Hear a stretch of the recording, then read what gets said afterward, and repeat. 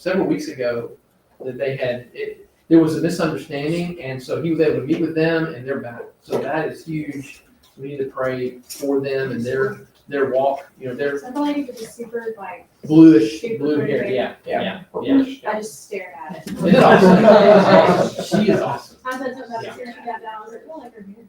Yeah. I thought it was a little silver from where else. You thought it was what? I thought it was like silver. Like, It's silver with that's, a tinted line. that's a Yeah, good. that's That's a silver. good grade. Yeah. Purple and blue, like glory. I love it. Yeah, they don't know colors, so it's just. Thank you, She has Dave. hair. She has hair. Yes, I noticed that. Exactly. Yeah. Well, All right. So we're in Hebrews chapter 2, and really, David handled this so well. I don't want to go back into. I was joking about going back into chapter 2. We're going to go back because verse 1 says therefore, and so we always need to look at what is therefore.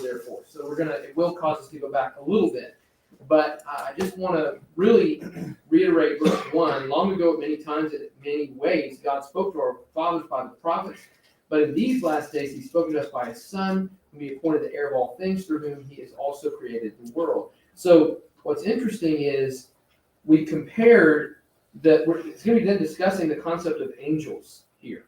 And we know that the angels were used by God to impart messages to the prophets. And so the angels and the prophets work together in order for the law to be established. The prophets to be, prophecies to be established. And so it seems that is an issue for the Hebrew Christians, the Hebrew Christians. They're wanting to go back to the law. And so the Hebrews writer is establishing how we got the law in the first place, and that Jesus gives a better covenant. And so throughout this, there's a theme of don't go back to the old law. And so one way we can go back is by not even recognizing duty. And I think that a secondary way it's going to apply to us. Verse 1, therefore, we must pay closer attention to what we have heard, lest we drift from it. We know that primarily this is what the Hebrew Christians are doing. They're drifting away from what they heard at first, right? So I'm trying to remember the date that was given. This is a later date, toward, the church has been established for decades at this point. It's easy for them to be drifting away at that point.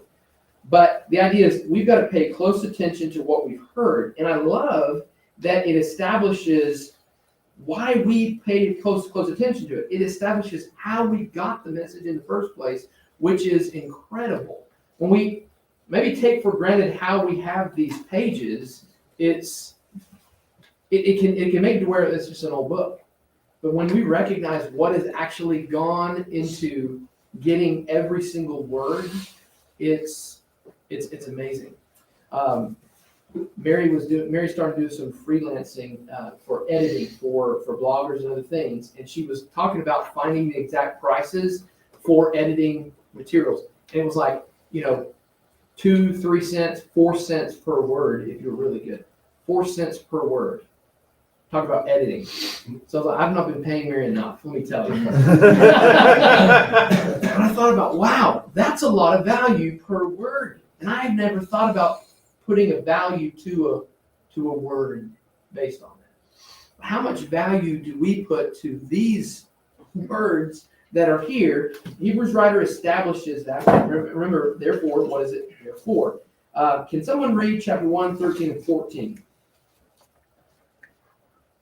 But to which of the angels has he ever said, sit at my right hand until I make your enemies a footstool for your feet? Are they not all ministering spirits sent out to render service for the sake of those who will inherit salvation? So therefore, we must pay close attention to what we've heard. So it's interesting. How have we heard it? It was angels who were ministering spirits sent out to serve for the sake of those who inherit salvation. How do we inherit salvation?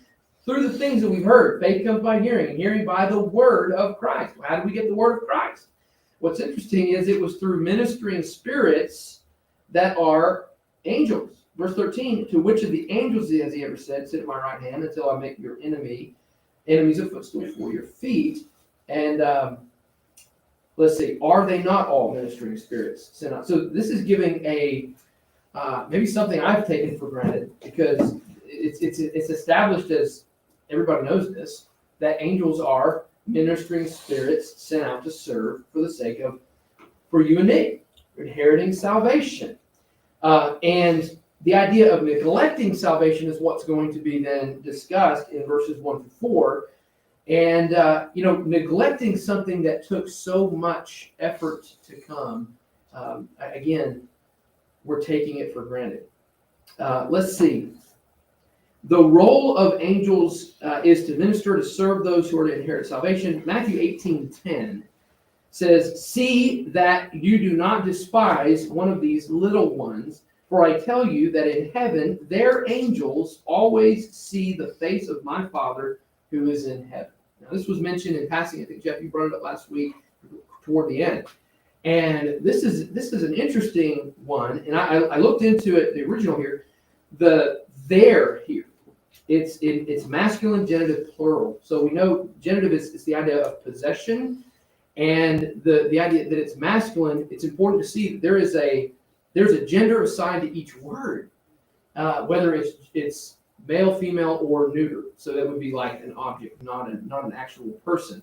But again, two genders that are assigned. So we understand that this is a masculine genitive plural, which also that would be anytime there is a list within, when you're reading, it'll go to the gender. So it doesn't mean to the male. It doesn't mean that it's negating or neglecting female. But a reason I bring this out is it says the little ones. This personal pronoun is a masculine genitive plural, but the little ones here, it's also masculine genitive plural. So it's where we get the idea of a guardian angel. So this personal pronoun of possession shows that these children have angels in heaven who know them. But also these children have an advocate with God himself. That's the whole idea of what's being said, because in Matthew 18, they're asking, who's the greatest in the kingdom? And he then grabs a child in their midst and well, actually that's Matthew 18, 1 through 6. Can someone read that for me? I had that. Instead of describing it, let's just read it. At that time the disciples came to Jesus, saying, "Who is the greatest in the kingdom of heaven?" And calling to him a child, he put him in the midst of them and said, "Truly I say to you, unless you turn and become like children, you will never enter the kingdom of heaven. Whoever humbles himself like this child is the greatest in the kingdom of heaven. Whoever receives one such child in my name receives me. But whoever causes one of these little ones who believe in me to sin, it would be better for him to have a great millstone fastened around his neck and be drowned in the depths of the sea." So what's interesting is, who's going to see whether you cause one of these little ones to sin? Verse 10 shows that it's the guardian angel. That whether it's God himself or it's God's messenger, they're seeing it. And so that's the idea here, that whoever causes these little ones to stumble or to who believe in me to sin, it would be better for him to have a great millstone fastened around his neck and drown the depths of the sea. So we also know Jesus had guardian angels. Matthew 4:11. Then the devil left him, and behold, angels came and were ministering to him. So since we have angels serving us regarding salvation, that we read at in verse 14 of Hebrews 1, since we have this, we must pay, that gives us the therefore, we must pay much closer attention to what we've heard, lest we drift away from it. How do our guardian angels protect us? Through what they gave us. They helped give us the word. And so when we recognize that we actually have the very message that will get us into heaven, the message that will keep us from the evil one, the message that will keep us from forming a millstone around our neck and being thrown to the sea, it helps me kind of perk up and go, okay, I need to be careful with what I'm reading, what I'm hearing. So when we stop sharpening our faith through prayerful study, it appears that we would, it's almost like we're leaving the ship and we're attaching ourselves to driftwood. So I thought about Titanic.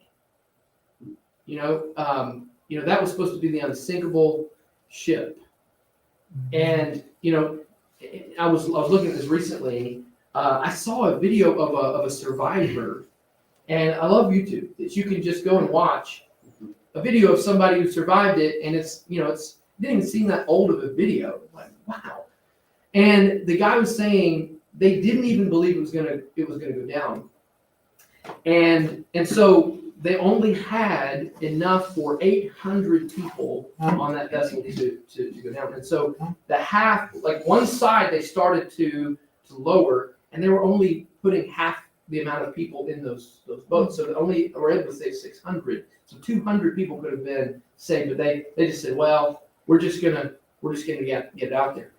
Unfortunately, when it started tilting the other side, they couldn't even use some of those boats. All right, so what was interesting is this man, he wasn't allowed to be on a lifeboat, but he had found a newlywed couple. They were on their honeymoon, and she said, "I'm not leaving my husband." And the guy goes, he was a worker there. He said, "It's okay. He'll get on a boat." This is before any of the protocols were made. He said, "He'll get on a boat, and you'll see him later." Well, she never saw him again. But he got her on a boat. Well, he was on the Titanic as it fell. He fell into the ocean and didn't hit any body that was bobbing next to him. And he ended up, he was losing life. I mean, he was freezing to death. And one of those lifeboats came by, and they pulled him out of the water. And it was the woman that he had saved.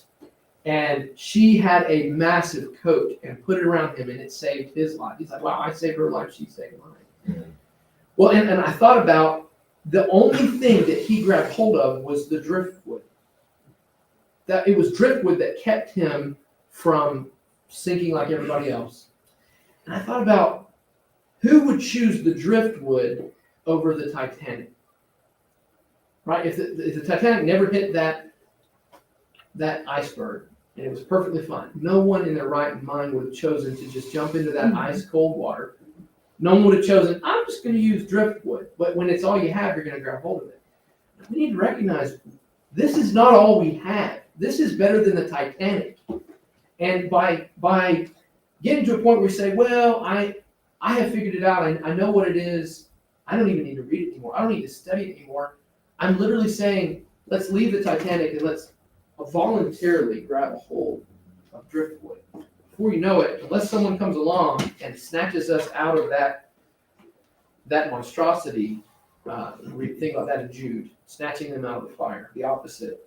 We're going to drown. We're going to die. So this idea of drifting away from it, we have an anchor that we need to hold to. We have a ship that we need to grab hold to, and we have a pilot that is helping us navigate the challenging water. So notice, primarily, the Jewish Christians are drifting back to the law. Remember that. So this is the primarily talking to the Jews. But in a secondary way, this applies to you and me. Because so easily can we just kind of get to a point where it's like, well, I'm fine. I've actually had conversations with elderly individuals who said, I've stopped reading the Old Testament. I don't need to read it anymore. Because I have it all figured out. I know everything about it. But we understand that the old law it's a tutor to help us appreciate the new. Helps us understand why we are so blessed. And so if we don't understand or read the Old Testament, we're not going to understand how blessed we are to be part of the new. So let's see. How did they receive the law? Hebrews 2:2-4. Who's got that? Who would like to read that? I'll read it. Okay. Right. For since the message spoken through the angels was binding, and every violation and disobedience received was just punishment, how shall we escape if we ignore so great a salvation? This salvation, which was first announced by the Lord, was confirmed to us by those who heard it. God also testified to it by signs, wonders, and various miracles, and by gifts of the Holy Spirit distributed according to his will. So the message was declared by angels, and it proved reliable.